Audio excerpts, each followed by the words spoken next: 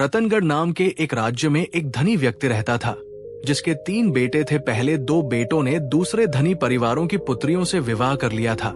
केवल सबसे छोटे बेटे का विवाह होना शेष था। कुछ समय बाद उस धनी व्यक्ति का निधन हो गया। तीनों भाइयों ने मिलकर उनके अंतिम संस्कार का कार्य किया और उनके जाने के बाद दुखी होकर अपना जीवन जीने लगे। समय बीतता गया और छोटा बेटा बड़ा हो गया।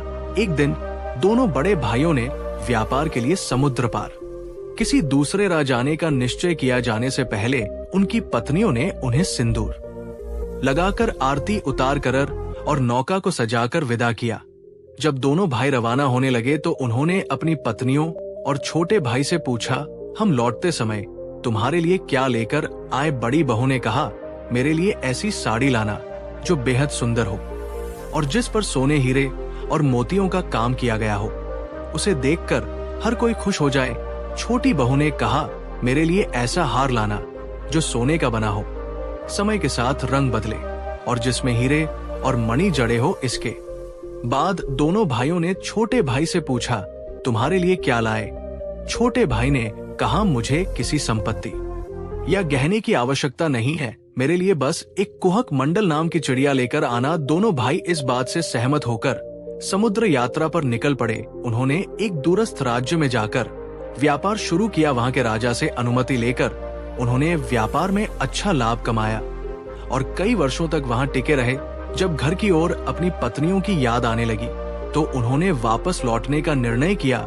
लौटते समय बड़े भाई ने अपनी पत्नी के लिए सुंदर साड़ी और छोटे भाई ने अपनी पत्नी के लिए सोने और हीरे का हार खरीद लिया, परंतु उन्हें कुहक मंडल चिड़िया कहीं नहीं मिली। खोजते खोजते वे वापस उस राज्य के राजा के पास पहुंचे और अपनी समस्या बताई। राजा ने उनकी बात सुनकर उन्हें अपने महल में विश्राम करने के लिए कहा और राज्य में घोषणा करवाई कि जो भी कुहक मंडल चिड़िया लेकर आएगा उसे पुरस्कार मिलेगा। घोषणा के बाद कई चिड़िया पकड़ने वाले जंगल की ओर निकल पड़े, परंतु किसी को वह चिड़िया नहीं मिली। एक बूढ़ा चिड़िया पकड़ने वाला थककर एक पेड़ के नीचे बैठ गया। तभी उसने पेड़ पर रहने वाली एक चिड़िया को अपने बच्चों से बात करते हुए सुना। वो चिड़िया कह रही थी, इस पेड़ के ऊपर जो सुंदर और बुद्धिमान चिड़िया रहती है वही कुहक मंडल चिड़िया है। लेकिन ये बात किसी को मत बताना। बूढ़े व्यक्ति ने ये सुन लिया और तुरंत बाद चिड़िया पकड़ने वालों को बुला लिया। सभी ने मिलकर कुहक मंडल चिड़िया को पकड़ लिया और राजा के पास ले गए। राजा ने चिड़िया देखकर उन्हें पुरस्कृत किया और वो चिड़िया दोनों भाइयों को दे दी। दोनों भाई घर लौटे और अपनी पत्नियों को उनके वांछित उपहार दिए। उन्होंने कुहक मंडल चिड़िया अपने छोटे भाई को दी। सभी खुश होकर जीवन व्यतीत करने लगे। कुछ समय बाद चिड़िया ने छोटे भाई से कहा, तुम हारे बड़े भाई विवाह करके सुखी जीवन जी रहे हैं, तुमने अब तक विवाह क्यों नहीं किया? छोटे भाई ने उत्तर दिया, मुझे अभी तक अपने लायक लड़की नहीं मिली है, जब मिलेगी तब विवाह करूंगा। इसके बाद चिड़िया ने मुस्कुराते हुए कहा, मैं तुम्हारे लिए एक योग्य लड़की ढूंढ दूंगी। छोटे भाई ने थोड़ा संकोच करते हुए पूछा, क्या तुम सच में ऐसा कर पाओगी? चिड़िया ने आत्मविश्वास से उत्तर दिया, बिल्कुल, आप मुझ पर भरोसा कीजिए। अनुमति मिलते ही कुहक मंडल चिड़िया उड़कर दूर देश की यात्रा पर निकल पड़ी। उसने घने जंगल पार किए, विशाल समुद्रों को पार किया, लेकिन उसे मनमोहक राजकुमारी नहीं मिली। अंत में वह एक द्वीप पर पहुंचा जहां एक भव्य राजमहल था। उस महल में एक राजा और उनकी बेटी रहती थी। राजकुमारी जिसका नाम हेमलता था, अनुपम सुंदरता और गुणों की प्रतिमूर्ति थी। जब कुहक मंडल चिड़िया ने पहली बार उसे देखा तो वो अपने केश सुखा रही थी। चिड़िया जो अत्यंत आकर्षक और विचित्र थी, राजकुमारी के पास जाकर बैठ गई। इतनी सुंदर चिड़िया को देखकर हेमलता आश्चर्यचकित रह गई और उसे अपने हाथों में लेने के लिए उत्सुक हो उठी। जब उन्होंने चिड़िया को पकड़ने का प्रयास किया तो चिड़िया फुर्ती से उड़ गई और बोली, है राजकुमारी, यदि आप मुझे देखकर इतनी व्याकुल हो रही हैं, तो मेरे स्वामी को देखकर आप स्वयं को रोक नहीं पाएंगी। वो अतुलनीय सुंदरता और अद्वितीय बुद्धिमत्ता के स्वामी हैं।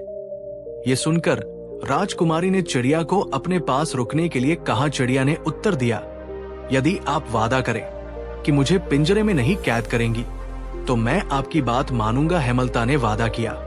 कि वह चिड़िया को कभी कैद नहीं करेंगी। इसके बाद चिड़िया राजकुमारी के पास आकर बैठ गई। चिड़िया ने अपने स्वामी चंद्रचूड़ की तारीफ करते हुए कहा, भगवान ने आप जैसे गुणवती राजकुमारी के लिए मेरे स्वामी को चुना है। राजकुमारी ने चिड़िया से निवेदन किया, मैं तुम्हारे स्वामी से मिलना चाहती हूँ, क्या तुम मेरी मदद करोगे? चिड़िया ने सहमति जताई और कहा, मैं अपने स्वामी को ये समाचार देकर शीघ्र ही आपके पास लौटूंगा। कुहक मंडल अपने स्वामी चंद्रचूड़ के पास वापस लौटी। चंद्रचूड़ ने अपने पालतू चिड़िया को देखकर प्रसन्नता से उसे फल खिलाया, लेकिन चिड़िया ने कहा, स्वामी आपके लिए एक अत्यंत सुंदर और गुणवती राजकुमारी खोज कर लाया हूँ। वह राजकुमारी समुद्र के उस पार एक द्वीप पर रहती है। चंद्रचूड़ ने राजकुमारी के बारे में सुनते ही मन उसे पाने की इच्छा कर ली, लेकिन समुद्र पार करने और राजकुमारी तक पहुंचने का विचार उसे चिंतित कर रहा था। ये देखकर चिड़िया ने कहा, स्वामी चिंता मत कीजिए, मैं एक साधारण पक्षी नहीं बल्कि एक जादुई कोहक मंडल चिड़िया हूँ। मैं आपको अपने ऊपर बैठाकर समुद्र पार करवा सकता हूँ। कोहक मंडल चिड़िया ने अपने आकार को बड़ा कर लिया। चंद्रचूड़ उसके ऊपर सवार हो गए और दोनों ने समुद्र पार कर लिया। जब वे द्वीप पर पहुंचे तो चिड़िया ने चंद्रचूड़ को पद्म तालाब के पास बैठने को कहा, जहां राजकुमारी अक्सर स्नान करने आती थी। कुछ समय बाद हेमलता अपनी दासिव पर आई। जैसे ही चंद्रचूड़ और हेमलता की आंखें मिली, दोनों का एक दूसरे पर मोहित हो गया। उन्होंने आपस में बात की और विवाह करने का वचन दिया। जब हेमलता वापस महल लौटी तो उनके व्यवहार में बदलाव देखकर राजा रानी चिंतित हो गए। उन्होंने दासिया से पूछताछ की तो उन्हें सारा सच पता चला। राजा और रानी चंद्रचूड़ से मिलने तालाब पर पहुंचे। उनकी सुंदरता और बुद्धिमत्ता देखकर वे प्रसन्न हो गए और उन्होंने अपनी पुत्री का विवाह चंद्रचूड़ से करने का निर्णय लिया। महल को फूलों और रत्नों से सजाया गया। पूरे राज्य में उत्सव का माहौल था।